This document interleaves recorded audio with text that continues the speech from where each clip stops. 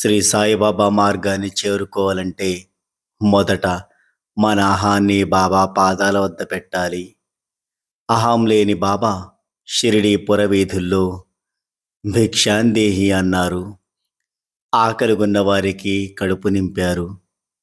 అడిగిన వారికి, అడగని వారికి లేదనుకున్న అవసరాన్ని కనిపెట్టి పంచిపెట్టారు.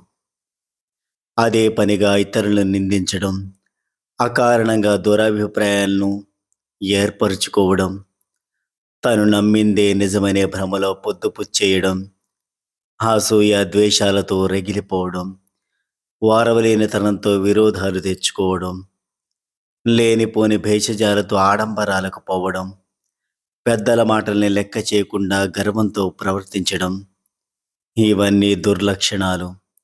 మనసులో అంతర్లీనంగా గూడు కట్టుకుని ఉండే అహం అనే పొర ఈ లక్షణాలను కలిగిస్తుంది.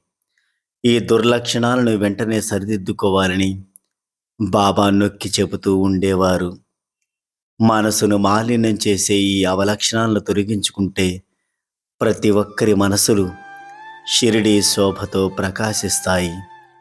ఆత్మ సాక్షాత్కారానికి అడ్డుగోడలుగా నిలిచే ఆ చెడు బుద్ధులను తుడిచిపెట్టేయాలంటే శ్రీ సాయి నామస్మరణే ఏకైక మంత్రం.